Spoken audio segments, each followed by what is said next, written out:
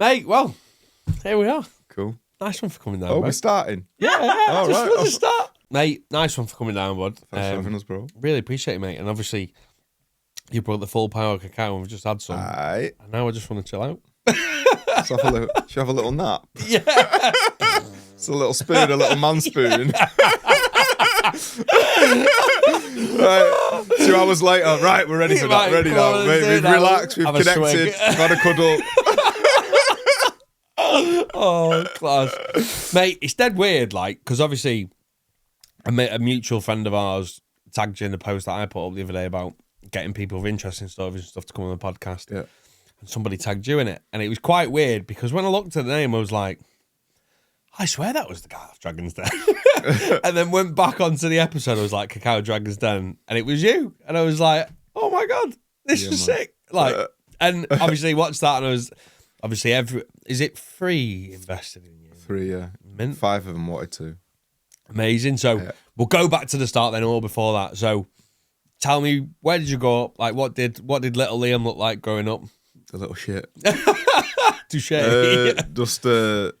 Grew up in, started off in Stretford, actually. No, Longsight. Yeah. Longsight, Stretford, and then lived in a battered wives institute for a bit. So there's loads of domestic violence, loads of shit that I can't even fucking remember what was going on when I was a kid. You know what I mean? It was just like madness all the time and just like craziness. And I guess you just probably fucking get your head down when you're 2, 3, and the stuff before that you don't really know. But what I realise now as a healer and an energy worker, it's like you're absorbing all that the whole time. Everything's going on.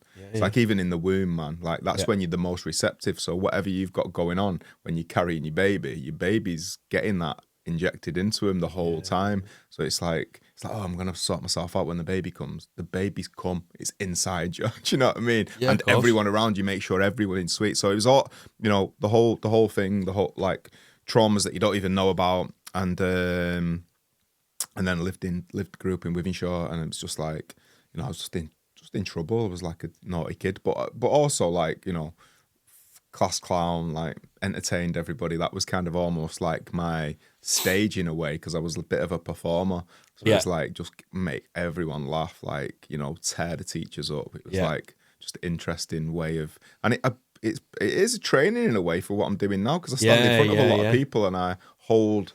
It helps you build your confidence, I think. Like, do you know what I mean? If you like, I think we had like similar like upbringing, not upbringings and stuff, but like in school, I was exactly the same. But now, you can walk, like you say, you can walk into a room with people and just be like, still that class clown, and people are buying into it. Do you know what I mean? Yeah. But so like school, then when you left school, what were like GCSE stuff like that?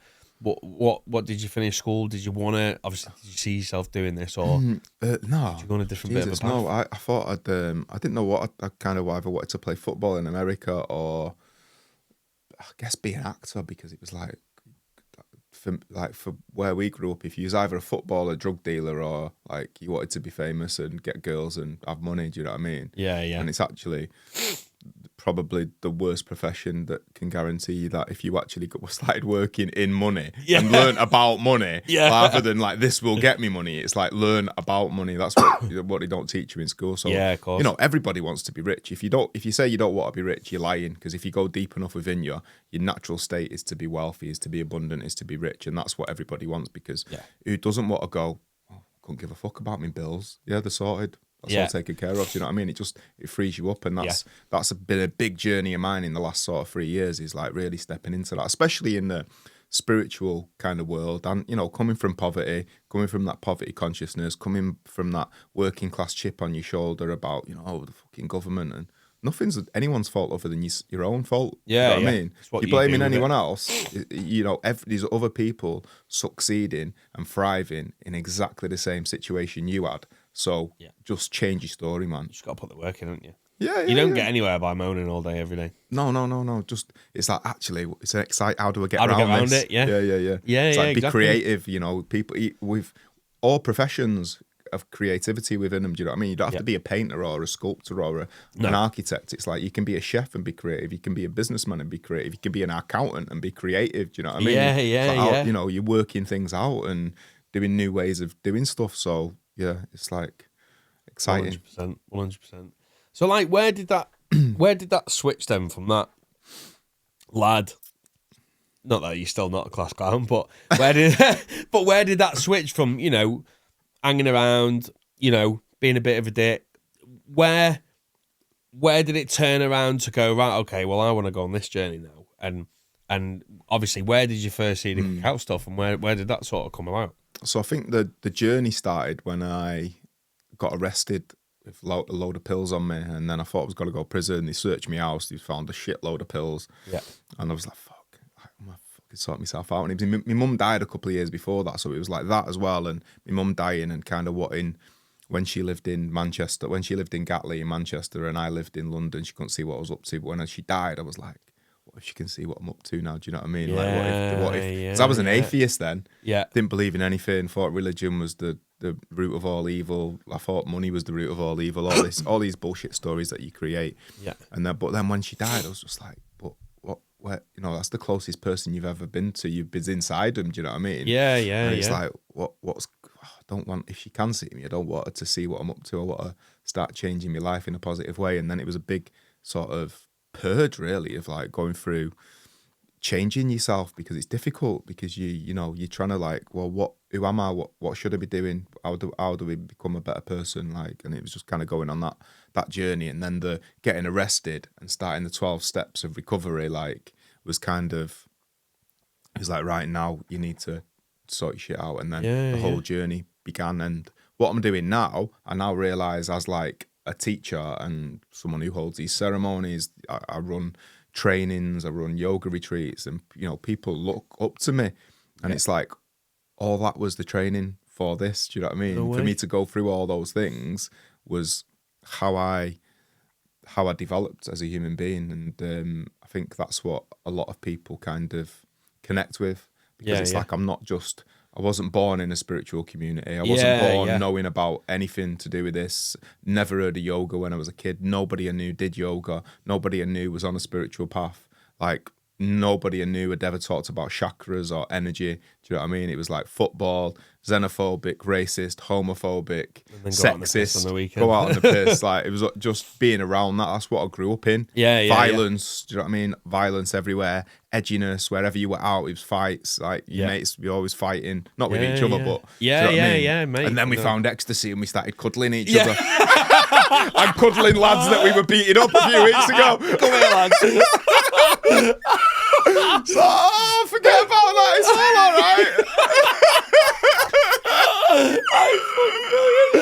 all right. Mate. So, like, what were some of the things then? Like, because there's probably so many people that can relate to this who were watching it going, I felt like that. I grew up like that. I'm still like that. I'm still stuck there. So, like, what were the sort of, like, when you were taking them steps, like, what's like the first sort of things you did when you went, right, okay, I need to sort my shit out here. I'm gonna go and do this and that and this. Do you know what I mean? What was sort of them? I guess the one benefit I had on most people already was I was always fit. I was always running. I was always doing sport. But then it was when the 12 steps came in, it was just like, I was sick of going out. I'd been doing drugs since I was 12. Do you know what I mean? I'd been getting on it since I was 12, and I was like, there's got to be more to my life than this. And obviously you're at uni and people are a little bit younger than you and they might not have started till a little bit later than you. And I was like, I'm done, man. Like, there's got to be something. There's got to be something more to the world and existence. And what's my path? So then, like, the 12 steps, like, really kind of was like a cleansing thing, because I was angry at the world. I was angry at why my stepdad was like this. Why was I brought up in domestic violence? Why weren't my parents educated like the people that I was going to uni with? I was actually more intelligent than. Do you know what I mean? And they'd gone to fucking private school. I was like, I can tie these people around in knots, man. Yeah. Because not only am I intelligent, I've always also streetwise. Do you know what I mean? So I was like, actually. Which is the best thing I say to people. As long as you're streetwise and you're confident, you can do anything you want. Yeah, but that's what the working class think. Oh, we've not got the opportunities. Actually,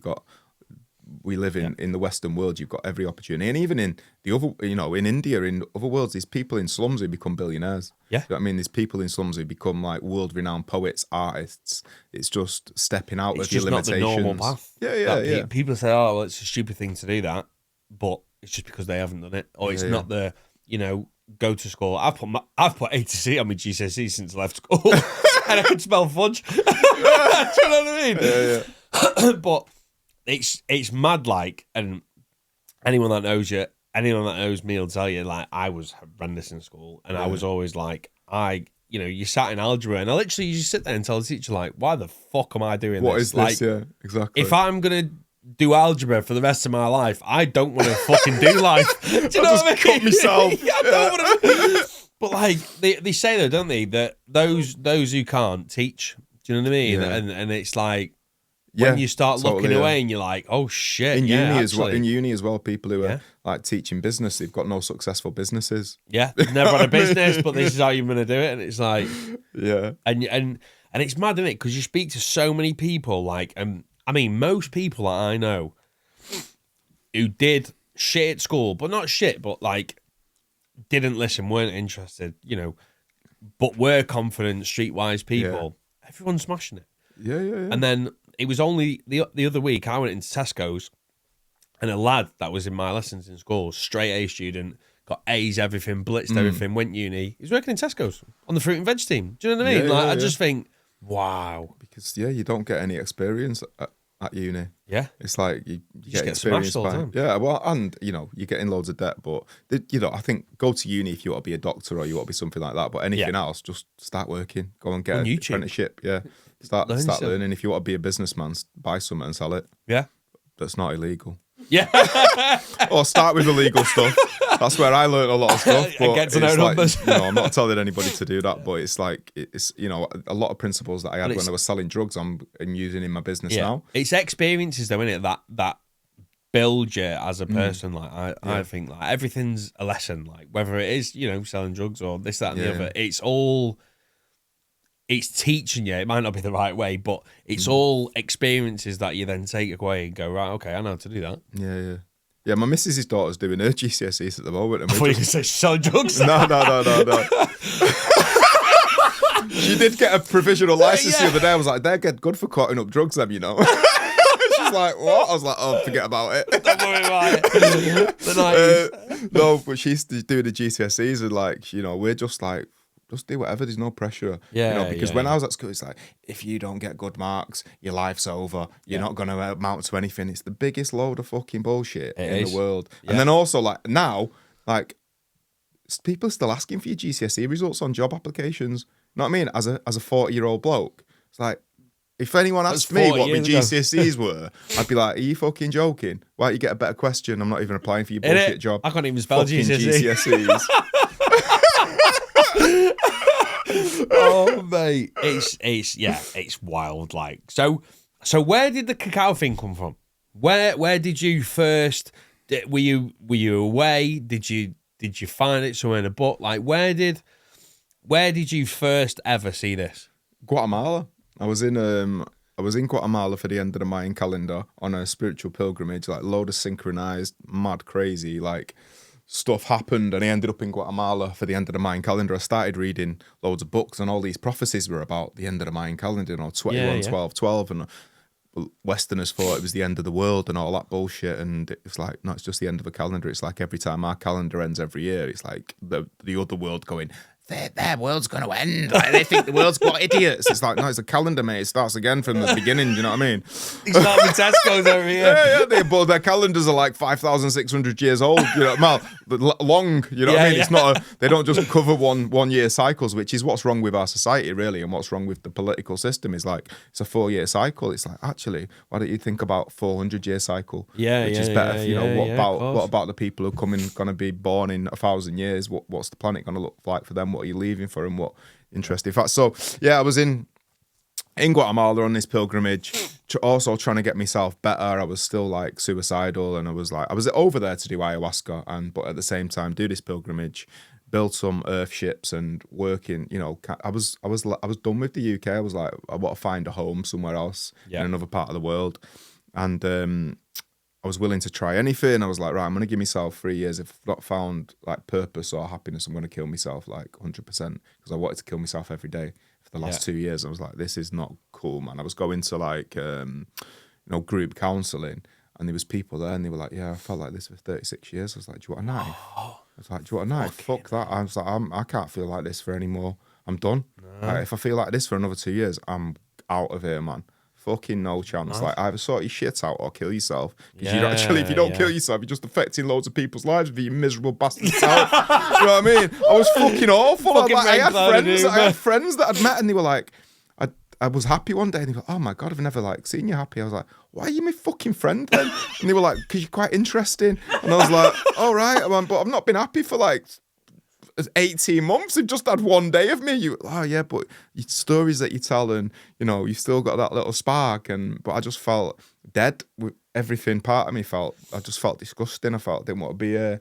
And that was just because you think like you're angry with everything past that happened. Like. It was just depression. It was like cleansing myself of not knowing who I was, what I wanted to do. Just didn't quite understand it. The whole thing of changing yourself and the fabric of your being and kind of like waking up to new possibilities, but then still ultimately just being like, fuck, I don't know what I'm supposed to be doing on this planet. This planet's mental. Do you know what I mean? Like, yeah. And then just figuring that out. And then when I was in this place in Guatemala, I was like walking one day, and it was like this kind of like almost spiritual hub on this lake. It's called Lake Atitlan, and this little spiritual hub's called San Marcos, and it's beautiful. Like, you know, yoga, meditation, tantric stuff, like vegan food, just everything, massage, healing. And I was walking this one day, and this guy was like, started chatting to him. He's like, oh, you should go to the chocolate shaman. I was like, the fucking what? And he was like, the chocolate shaman, you sit and he does healing. I was like, I think I'm some sort of dickhead, mate. I'm here for ayahuasca. Like, fucking Willy Wonka's not going to sort my head out. And so I was like, do you know what? I was willing to try anything at this point. I was like, I'll become a monk. I'll cut my cock off if I have to, if that'll make me happy. I'll try everything until if I've exhausted everything and I've not found happiness, I'm checking out. Yeah. So I went and he was like, you know, he serves cacao and you drink it and you get a little bit high on his couch. And he's not on his couch, that sounds gay. But I mean, come to my couch and drink some chocolate. You want some chocolate? You will go to sleep soon. It's like, there's nothing else in this, it's just chocolate. So you sit on his porch with a group of people, drink 50 grams of ceremonial grade cacao, puts you through a meditation. You do go into an altered state for like 4 to 5 hours. There's a lot of healing going on, and learned a lot about cacao. I didn't know what cacao was. I've been eating chocolate my whole life, so I felt like super naive about that in terms of like, well, why have I been eating loads of this and stuff. Yeah, and I didn't even know it come from a tree. I was like, I didn't know chocolate came from a tree. I didn't know it come from a cacao pod. I didn't even know I'd never heard the word cacao before. Yeah. I didn't know that people had drank it in ceremony for thousands of years. I didn't know it was a currency in the Aztec, the Inca, the Mayan societies. It's gold, man. It was like one cacao bean would get you a tomato, 3 would get you an avocado. 100 cacao beans would get you a chicken, and then obviously like thousands would buy you an house. And so whoever was like controlling the cacao territories and the places where it was grown, they were the rulers basically. Like now, you know, America rules because they've got the most stack of gold, and their currencies, you know, that's what holds the value of money is the US dollar, and it used to be gold, and it used to be cacao in that part of the world. You know what I mean? And then money does grow on trees. Well, it does. It does. Yeah, it does grow on trees. Yeah. And then so when the conquistors come over, they kind of didn't, you know, eradicated a lot of the shamanism stuff that was going on over there, but they were fascinated by why all the elites were drinking cacao all day in the Aztec empires, in the Mayan empire. Well, maybe not in the Mayan empires, but it was the Aztecs then. Before that, the Mayans. Yeah. And they were like, well, what's the big thing about this? And then they realized and brought it over, and then started the royals and the elites in Europe started to drink it. Cacao houses started to pop up all over the place for like wealthy people, and it became a thing. And then obviously then there was a Swiss guy who took the fat out of the cacao and mixed it with milk and made the first chocolate. But when you look back at the history of it, like it was a Swedish botanist who called it theobroma, and theobroma means food of the gods. So it was kind of a revered kind of like plant medicine in Central South America. It was a plant medicine like ayahuasca, like San Pedro, like peyote, like psilocybin, like you're a boga, but it's, cacao's, what's beautiful about cacao is you can drink quite a highish dosage of it every day and function, whereas you couldn't drink ayahuasca every day and function. No. Do not drive your car. Or anything else. Yeah. So when you did that, because I asked you about that retreat, like, because I'm dead interested in doing that. When you go, is that what you did? The when you ayahuasca. go and you climb up like mountain and do it at the top and stuff like that, and like I've heard loads of mad stories about it and stuff. But what did you reckon? Did you end up going there? I ended up doing ayahuasca in Peru. Yeah. What did you reckon to that?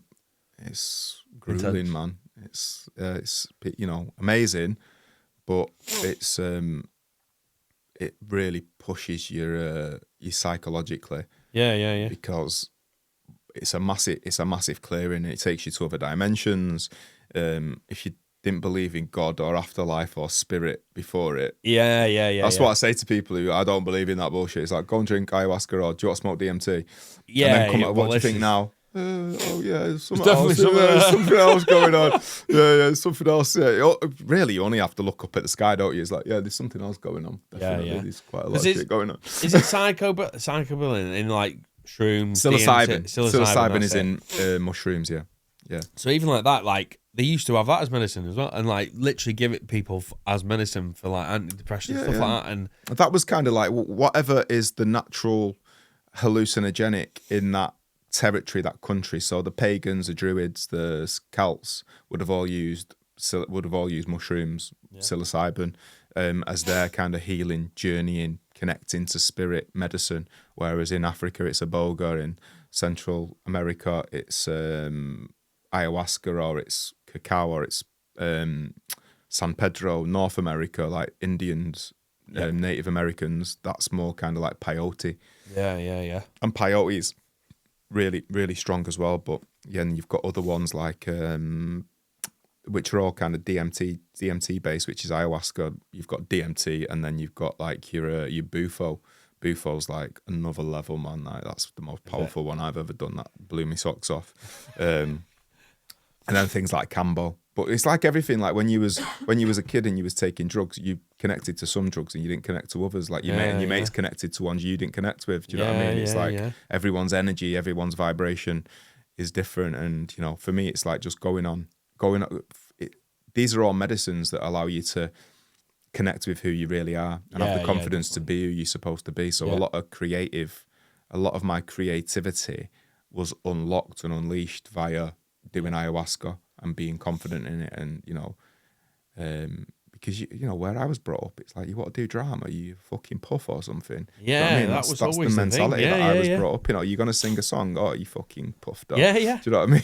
That was always the thing though in school, wasn't it? And the blokes, the male role models you were around, it's like, you're a puff. Don't be a puff. Don't cry. You know what I mean? And it's like the most masculine thing you can do is cry when you need to cry. Yeah. It's mad, isn't it? Like, I think, like, because I used to go, like, I used to DJ, and I did it from a very early age, really. And then, like you say, you go out every weekend, you're getting bang on it, and you sit there and you're like, I can't do this anymore. But I think the psychedelic side of everything is a different thing. It's not like you're going out and getting pilled and whizzed at you every weekend and stuff like that. I think it's totally like, it's therapy, man. You can you can go out and, do you know what I mean? You'd be out all weekend raving away. Comes to Monday, you feel like absolute dog shit, and for a week you want to fucking just not talk. You look at your phone going like, Wednesday, your phone's ringing, I don't want to answer it. Definitely not speaking to me mum. Yeah. Yeah. But like, if you've done shroom or like truffles or like you say DMT, anything like that, every time I've done it, you wake up the next day and you're like, I feel good. I feel fresh. Do you know what I mean? Like, you've had a word with yourself. And you feel like inspired to do stuff. But it's, for me, it's with those medicines, other than cacao, it's like I want to work with them every now and again when they're calling. Like, I hadn't done ayahuasca for like 3 or 4 years.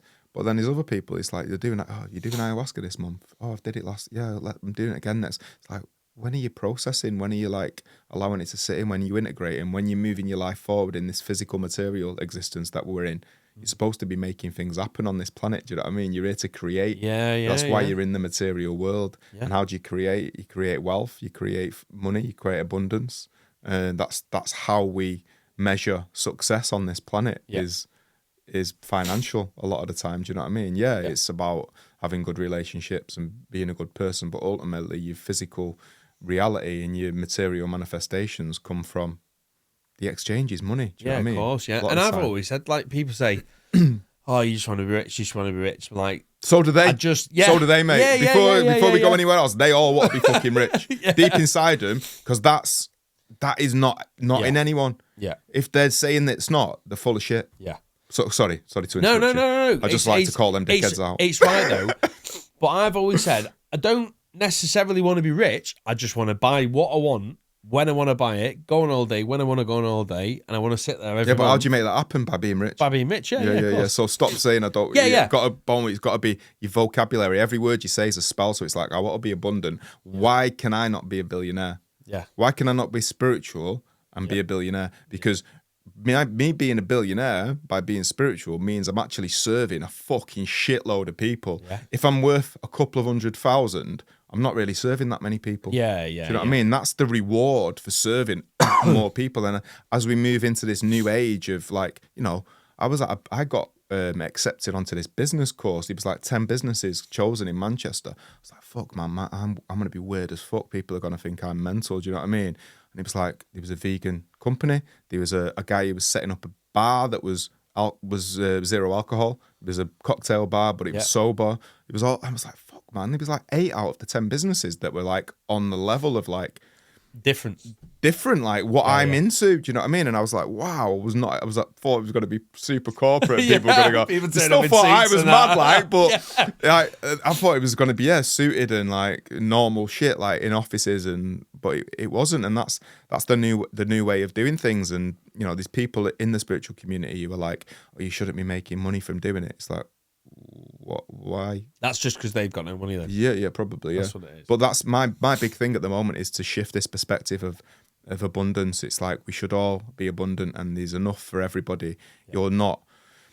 By me being a billionaire is not taking anything from anyone else. It's actually creating lots more wealth. I employ lots of people. I'll employ more and more people. Do you know what I mean? Yeah. I employ someone to drive me helicopter. Yeah. And then another one for the yacht. And fly over you because you thought there was something wrong with being rich. Yeah, it's right. So, like, at what point then? Obviously, you've had that. Yeah. At what point did you go, I'm going to sell this to people? I'm going to not necessarily sell it, but I'm going to tell more people about it. And maybe the best way was the business. Like, but what point did you go, this would do really well over in the UK? Or I'm just going to tell my mates. Do you know what I mean? Where did it was a slow burner, man, because a lot of people see me now and they go, oh, you found cacao and you knew that was your purpose and your thing. And it wasn't. Like, that was 2012 when I found cacao. Yeah. And I did bring it over, and I was always had cacao, and I was always like chatting to people a little bit about it, but it wasn't like, oh, this is my mission. Yeah. And then I was always like a spiritual teacher, and then I was doing my yoga training, and then I was incorporating cacao into the yoga, and then I was doing these little ceremonies, and they were kind of building and stuff, and then I was putting on events like sober raves and then yoga raves, and like started like experimenting, because you don't make any money going and teaching yoga. Yeah. 3 times a day, 4 times a day, running around Manchester for like 25 quid an hour when it's actually cost you 3 hours of your time to get there. Yeah. It's like fucking below minimum wage. Yeah. So it's like, right, how do I affect more people's lives in a positive way, like empower, inspire. My big thing was inspire women to like be strong and powerful, because I was always around like super like women that weren't in the power. Do you know what I mean? Yeah. The sort of suppressed feminine. That's what I grew up around. And then I was always doing the cacao ceremonies, and it was like, I think it was 2020. And I was like, right, I'd put a couple of cacao ceremonies on. I'd started my yoga retreat business, and that was kind of doing all right. We were selling out these retreats, and I was like, right, I put these cacao ceremonies on in my tent, because no one would have me because it was COVID. Do you know what I mean? Everyone was like, I want to stay in and go for a walk when the government says I can go for a walk. Do you know what I mean? And I was like, fuck it. So I put these events on in my tent, and they sold out. And then I was like, oh, I'll put 2 on this next month, sold out. I was like, oh, I'll put 4 on next month, sold out. And it was like the cacao had just gone, yo, like, this is your thing now. And then someone come to one of my ceremonies and they were like, would you teach us how to do this? I was like, what do you fucking mean? They're like, the ceremony you do, like, it's amazing. Like, and so Keith is the cacao shaman in Guatemala that I met. He went, your lineage is to Keith. That's like the strongest lineage you can have. He's the one who brought it back to the West and expanded it. And he's, you know, connected with so many thousands of people all over the world. I was like, all right, I didn't even really think about that. I was like, I don't know what the fuck I'm doing. And then my mate, he was like, because I told him and he was like, well, there must be something to it then if people are asking you to teach it. He said, let me come and watch you. So he come to a ceremony. He went, bro, that's like deep and there's a lot to it that you don't even know. And he was like, he said, you're doing it. You've just collected everything over the years. So it's all natural to you. He said, we need to have meetings, get it all down on paper, what you do exactly. I was like, fucking hell. He said, so his thing, he said, you're unconsciously competent. He said, we need to make you consciously competent. He said, by getting it on paper. So we'd have all these meetings. And then after like a 2, I was like, fuck, there's a lot to it in there. So we created this manual, this workbook, and then started doing the trainings and training people up to do the cacao ceremonies. And like, it's super intense training. Like, you know, everybody goes away with it feeling enriched. You know, people come to us and go, oh, the price is like this. And the price isn't actually that much compared to a lot of trainings. Yeah. But then everybody who's done the training is like, wow, that's like, you undersell that because it's another level. Yeah. And then with the actual cacao, it was basically Keith's cacao in Guatemala. I couldn't get hold of it for quite a few years. So I was using other ceremonial grade cacaos. Like I was using one called Forever Cacao, Cacao Love. And they weren't quite hitting... They were good, really good cacaos. They're amazing cacaos, Forever and Cacao Love, or Love Cacao, I think it is, one of them. And they're amazing, but they're Peruvian. And I wanted Guatemalan cacao, couldn't get Keith's. And then it was like, do you know what? Why don't I just create my own brand? I'll start importing from all over the world and find what's the best. And hopefully it's Guatemalan I was importing. Because my lineage was Guatemala. It's like, be nice for it to be Guatemalan. And anyway, we started doing all these tests, importing it. Fucking the Home Office kept stopping our things, thinking it was like brown. Get your hands off my cacao, man. And then we just like narrowed it down to a few cacaos, and it was because I didn't want to know anything about them. I didn't want to know, you know, organic. Just the fact that they were Criollo cacao, ceremonial grade cacao, and then for me to figure it out with the people that I work with, the energy of it, how it works in our ceremonies. And yeah, just the vibration of it, the power of it, the potency of it. And it was between this Venezuelan and these 2 Guatemalans, and the Venezuelan just kept winning, man, and eventually just had to let go of that kind of like the perfect story of Guatemala, and it was like, this is the best. And since I decided to put my name on it and start a brand, it was, you know, it was because what the cacao shaman said in one of his ceremonies that just I'll never forget. He was like, cacao is going to take over from coffee by 2032. He's like, cacao will take over from coffee by 2032. Yeah. So at that halfway point in 2022, because I met him in 2012, it was like I had my own brand and it was just going popping. Do you know what I mean? And this was before the Dragon's Den thing. And then, it was just like, right, this is, and I say it in my launch video. We had a big launch party. There was like 100 and odd people there. And it was like, I'm here to take over the scene, smash it out of the park. I don't give a fuck what anyone thinks of me. And this is what I'm going to do, because I feel like this mission's been given to me in a way. And I feel like I've got all the skills and qualities to make it happen. Yeah. But that's not at the detriment to any other cacao brand. It's going to bring the awareness of cacao through the fucking roof. Yeah, yeah. And everyone's going to benefit from it. Like every cacao brand benefited from me going on. Yeah, of course. Dragon's Den. Firstly, because I fucked up my Amazon account and people couldn't buy off there, and I fucked up my eBay account, so they could only buy off my website. And then people were just looking for cacao. Yeah. People just typing in cacao. Do you know what I mean? Some people didn't even remember what the name of the business was. Yeah. So we improved everybody's sales by a shitload. So where did the Dragon's Den thing come from then? Like, how did that come about? So my mate messaged me. He was like, I think you should go on Dragon's Den with your business. He said, I think you've been mint on it. I was like, oh, fuck, wait, all right, whatever. I said, I haven't watched it for 12 years. So I was like, if you send me the application, I'll fill it in. So sent me the application, filled it in double quick because I'm busy. I was running the business, doing everything myself then. So it's like, fucking get rid of that. That's done. Do you know what I mean? Yeah. Bosh, just flowed with it. Was pretty heavy with what I do. I wasn't like diluting it. It was like, this is what I do. Yeah. And then started the process. Then the producer rang me, were interested, they read me book, they were like interested in me as a person and interested in the brand, and then we just had loads of meetings with them. It'd been easier for me to get a gun and organise a terrorist attack than it is to get on that fucking BBC, man. Joking. Shit, mate. Like, you had to do a CBR check on me. I was like, when's the anal probe? I was like, fucking hell, man. Like, you know, all your back details, everything to do with your criminal records, everything. It was like, what do you think I'm gonna do? Like, just because like, I bet there has been people on there that just blag it, don't they? Yeah, do you know what I mean? Because so, if you just went into there, you can't really fact check anything, can you? No, So they do. They fact check it. That's what I mean. Everything Yeah. in So a way. if you didn't do that, you could sort of just walk in there, and there's loads of blaggers that could just blag it, couldn't they? Yeah.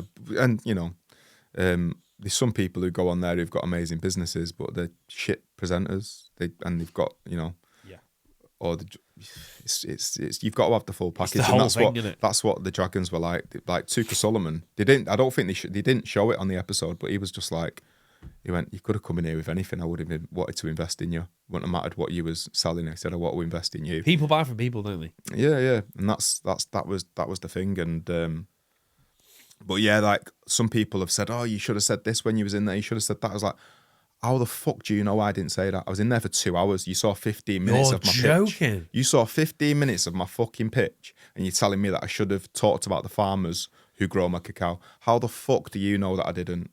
So you, so once you walk in, I was in there for 2 hours, man. Sure. Yeah. And my pitch got everything gets edited. Yeah, of course. Yeah, because I also because when the producer started chatting to me, he was like, "Have you watched it yet?" I was like, "No." He went, "You need to watch it so you know who the Dragons are."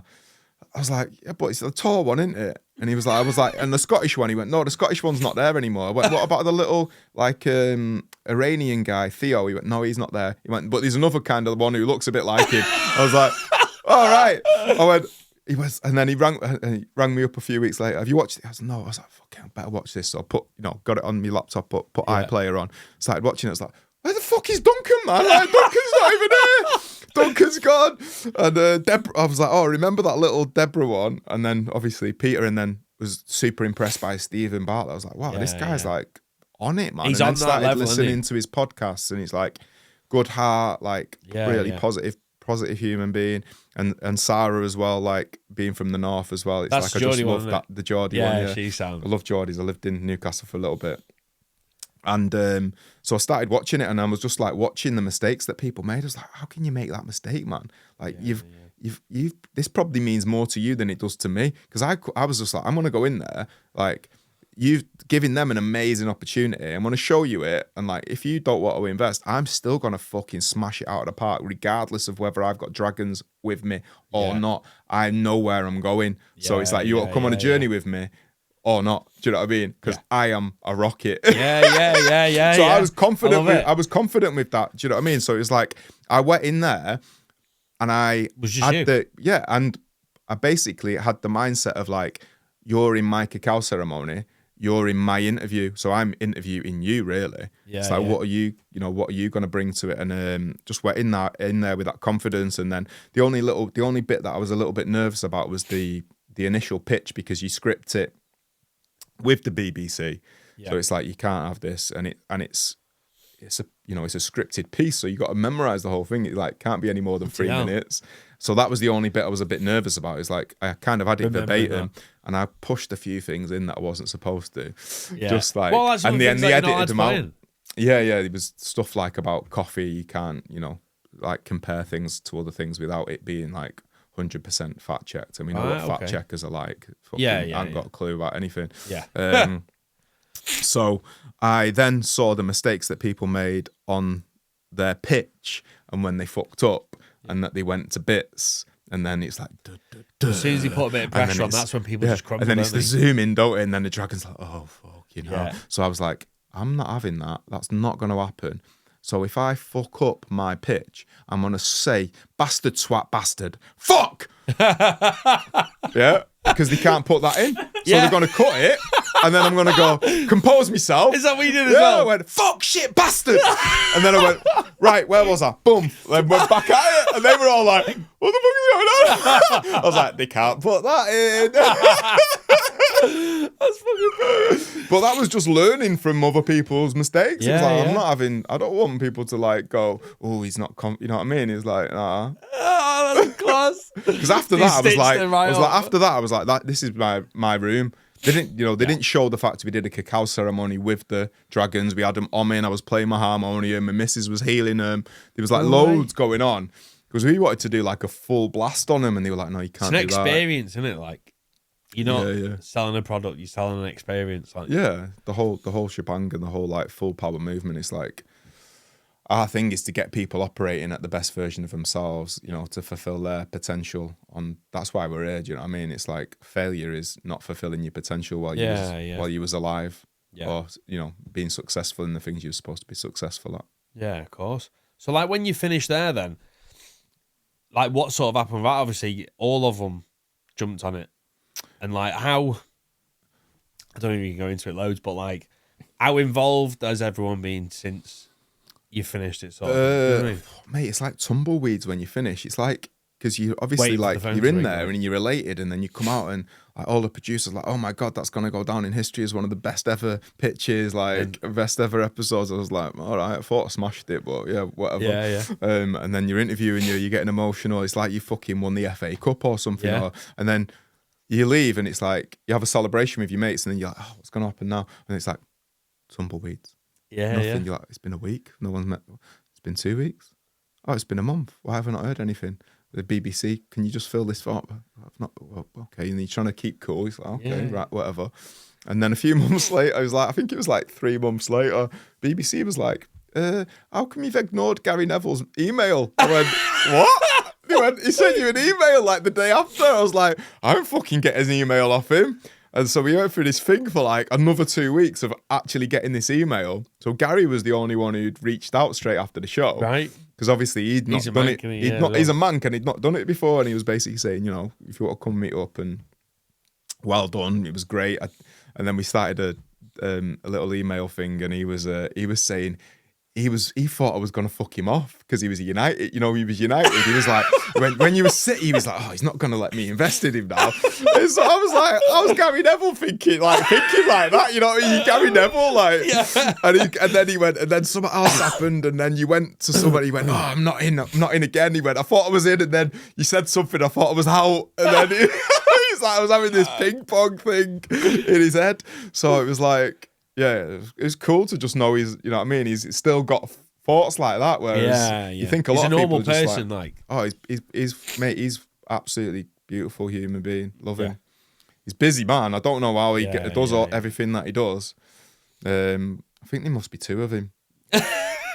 Honestly, how the fuck do you do all that? He's big into property in that as well, isn't he? He's big into property and all the football stuff he does as well. And then he's got other businesses, and he's got the hotels as well in Manchester. And he's massive advocate of Manchester and investing in Manchester. Yeah. And then it was like eventually, I think it was 3 or 4 months later, I had a meeting with Stephen in his offices in London. I've still not even seen Peter since it. I do chat to his team, and I'm going to see his team on Tuesday in Marlow, which is like just next to London, isn't it? Yeah, it's like down south. So I've got a meeting with them, seeing Stephen's team again on Monday.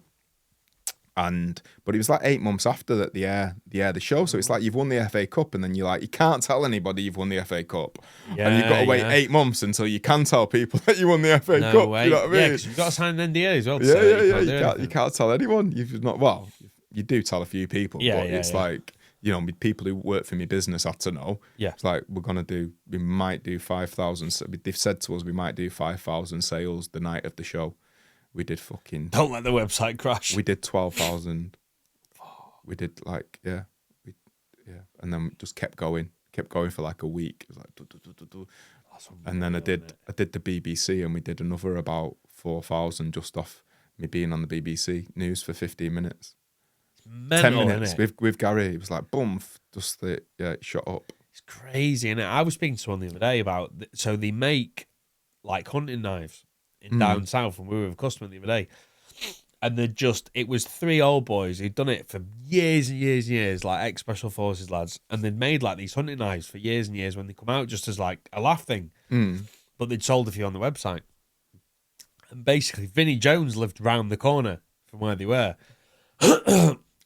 Vinnie Jones had gone round and he was picking like a fridge up from the fucking unit across the road or something. And he just went, "What's that?" Because he's like big into his hunting and stuff like that. Walked over and he went, "What's this?" He said, "Oh, we make like bespoke knives and stuff." He says, "Oh my God, that's brilliant. Can you make me some?" Literally ordered a knife, got the knife, posted a video of it on his Instagram or Facebook or whatever. Yeah. This is the best thing I've ever had since sliced bread. Right. The same night, the website crashed, all the e-com stuff just went to crap. But they had like orders for everything and it just popped. Multi-million-pound business now. Brilliant. Just off that one. That's what I mean. Bang. That's all you need, man. As long as you keep at it, stay positive, things just crop up, and keep trying to manifest positively, like where you want your business to be, how you see it being. Do you know what I mean? There's a lot of people who just sit there. It's like, oh, I want this, but then it's action as well. You've got to have. It's like you couldn't go to Vinnie Jones and go, "Oh, I've got an idea for a knife that you might like." Yeah, like, exactly. Where's So it? where's the you knife? know what I mean? Yeah. Yeah, exactly. It's like me coming here without cacao and telling you about it. Do you know what I mean? It's like it's better for you to taste it and experience it. Yeah, of course. So like, obviously you mentioned like the milligrams and stuff of this. Yes. How many the grams? Sorry, how many? Like, is there like different effects for different grams, or is it? Yeah. So like, from bottom to top, then what is the sort of difference in what you're getting? So we suggest like a daily dose is a tablespoon, which is about 15, 20 grams a day, just to have in the morning for your meditation, put you in that good state. Like loads of people are coming off coffee and going onto cacao because you don't get the coffee crashes. I drink quite a lot of coffee, you're kind of in that jittery. So coffee puts you into your sympathetic nervous system, which puts you into fight and flight response. So it's almost the drink that gets you through the day. It's like, oh, fucking need a little hit now. Do you know what I mean? Yeah, it's like, again, it's crack. It's sugar. You know what I mean? It's that same thing. It's like, oh, I fucking need this. And it's the drug of the working world is coffee.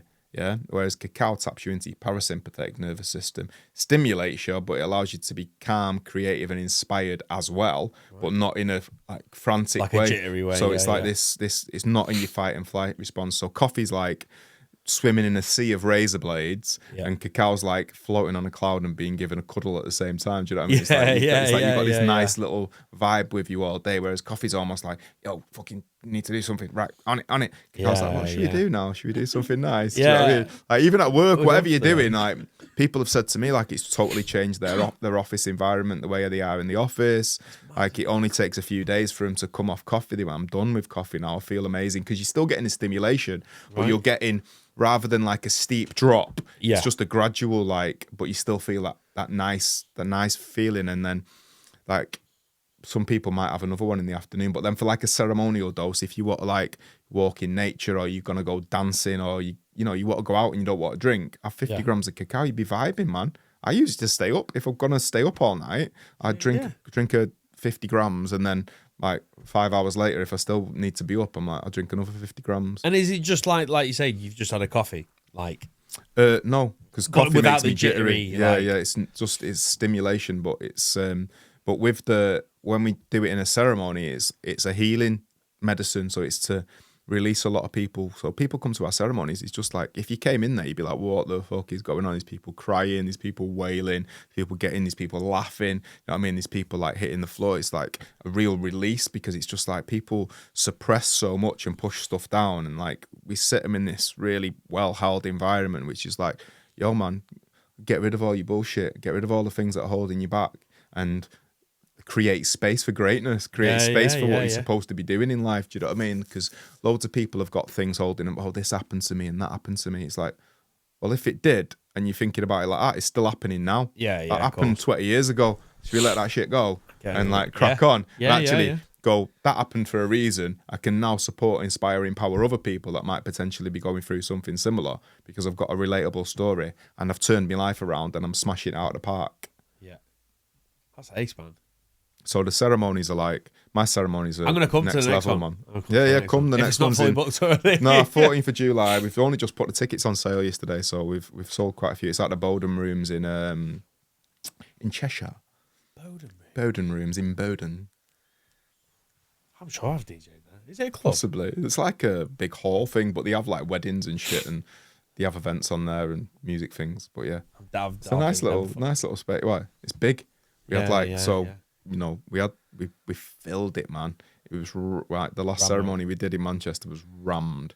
Like people couldn't even get in. People were sitting in the aisles at the top and stuff. It was like, I was like, whoa, almost like, because I was in the back and like the girls come in, they went, Liam. I was like, they went, there's not enough space. I went, just fucking get them in. Yeah, just get them in. I was like, what can we do? Like, just make sure they're in somehow. Yeah, there was like, yeah, it was just chaos. And I'd never done a ceremony like that before, where it was like, it felt weird because I was on a stage. Yeah, I'm usually with, you know what I mean? I'm usually on the same level as people, and because I don't like, it feels a bit disconnected like away for from me. it. Yeah. I'd rather be in with everyone. But I guess as you get bigger, that's kind of how it's going to be. You know, unless I make bespoke fucking venues, which are how I would want them to be. Yeah. Because I rather than a long room, I like to be at the side of a rectangle. You know, I like to be at the side of a long room, so it's even. Like the people at the back there and the people at the back there are just as far away. Whereas like when you're looking at the people at the back are at the back. Yeah, you know what I mean? And it's double the distance away. So I like it. I like people to be as close to me as possible, because then the mantras that I sing and all the like philosophy, especially the mantras, like people are feeling the energy and the vibration in the mantras. And mantra is like powerful. Like that's like crack as well. You know, it's a medicine. It's like when people really get into it, you shifts in consciousness and connections, and the things that people feel from the music is like another level. Yeah, we're definitely going. Yeah, man. You love it. So, like, future-wise, then, what's the plans for your future? Obviously, you've done really well. Where would you like to see everything go? Obviously, worldwide, like, and just tell as many people as possible. But like, for you personally, what do you want to achieve with it all? What we want to achieve is, I think one of the biggest things was obviously to create Full Power Cacao into this big global brand. Like I said to a few people, like the TKR, the Jaguar on the front of which is better on the black actually. Yeah. Like that's going to be as recognizable as the Nike tick within the next sort of 15 years. Yeah, 100%. Like that's going to be everywhere, all over the place. And them eyes just flashing at you. It's like, fuck, powerful. And it's that inner power, like that power that's within everybody. It's like to be a Jaguar doesn't think about who it is. It's just who it is. Yeah. And it's like, I don't give a fuck what you think. You know what I mean? And most people aren't who they're supposed to be. So it's to get people into that full power vibration, to get people saying, oh, have you had a full power? What cacao? Is it full power? Oh, I've just had a full power. Do you know what I mean? It's like, we want it to be everywhere. We're about to launch in Europe through Amazon. We're going to be launching in the US in, I think it's the beginning of August, through Amazon as well. So it's just getting the cacao into the people. We want it to be as big a thing as coffee and tea ASAP. So whenever you go into someone's house, go in every coffee shop, every cafe, it's everywhere. Do you know what I mean? It's not like matcha where it's a little side thing. It's like it's with coffee and tea. And then because of the benefits that people are getting, people are going to start drinking it. And then for the brand to almost be like a hub for people's journey to Full Power. It's like, you know, the YouTube channel, we're going to start, the channel's going to be like, it's going to have yoga classes, breath work, counseling sessions, like light language transmissions, all the things that it's just like, you get this drink, but then it's like, oh, I can go and sit with it, and like I can, what floats my boat within the breath work, within the, you know, the mantras, within the meditations, and and then we want to create like because the branding's so strong, we're gonna like do an apparel range pretty soon. So, and then me personally, I want to like expand into like different areas of business and just leverage myself, which is, as you step more into being around those people, you realize the things that they do with their money, because money makes money at the end of the day. And it's like, how do you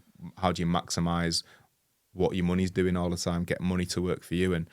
And also for me as a teacher to be teaching about abundance at spiritual events, and then probably teaching about spirituality at more corporate events. Do you know what I mean? And how the two can blend, and how people can start doing business from a really heart-centered space where we're not trying to fuck other people over, where we're not depleting the planet. Do you know what I mean? Where it's like we're super, super conscious about where things are coming from, what we're doing, our behaviours, the impact that's having. Yeah. Ace, man. Mate, well, I literally drink...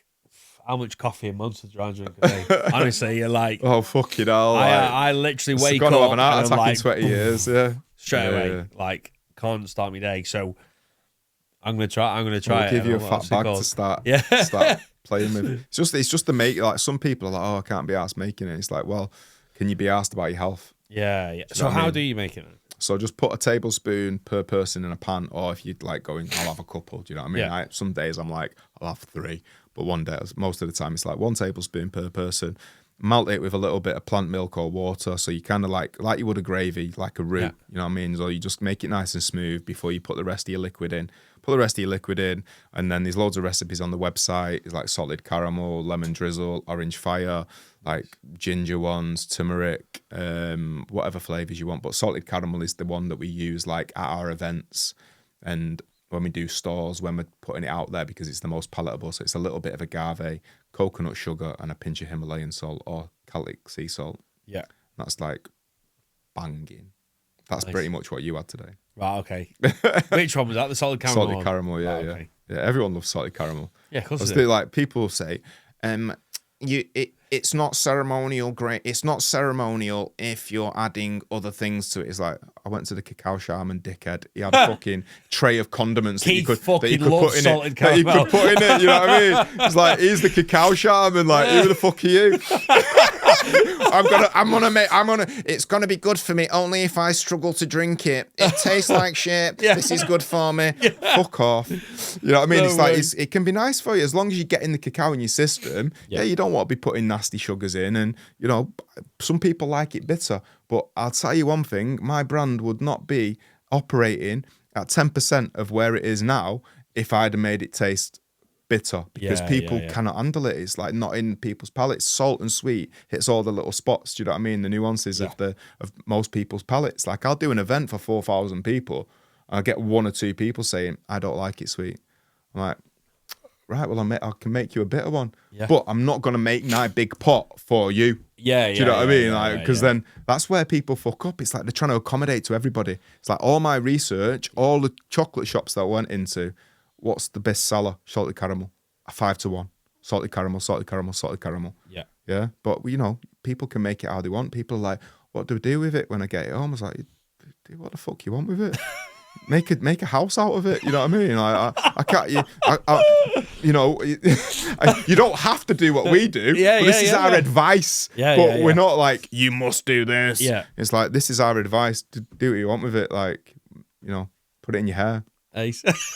See what it does. Snort it. I'd love to have a bath in it, to be fair. Like, at some point, I was like, when we get a bit busy, it's like, can we do a photo shoot? I'm just in a bath of cacao. I'll really upset loads of people. And you're defecating sacred ceremonial grade cacao. It's like, no, we're just doing a photo shoot, darling, to promote cacao. We're just having a bit of fun. It's brown water. I actually shit myself. Class.